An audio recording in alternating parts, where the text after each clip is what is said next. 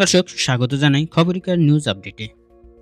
একটি FPV drone হামলার পর আগুনে পুড়ে ছাই হয়ে গেছে রাশিয়ার T-90M ট্যাঙ্ক। ভিডিও ফুটেজে দেখা যায় আগুনের লেলিহান শিখার মধ্য থেকে ক্রু সদস্যরা গায়ে আগুন নিয়েই লাফিয়ে বেরিয়ে আসছে।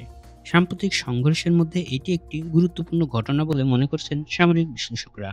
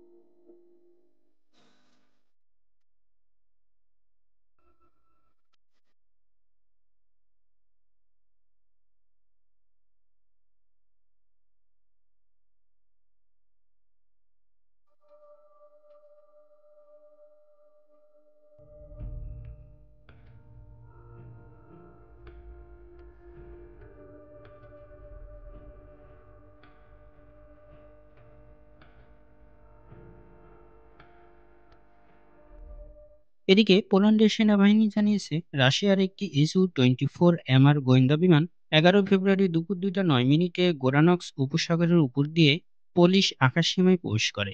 বিমানটি 6.5 কিলোমিটার ভিতরে ঢুকে 1 মিনিট 12 সেকেন্ড অবস্থান করে, এরপর ফিরে যায়।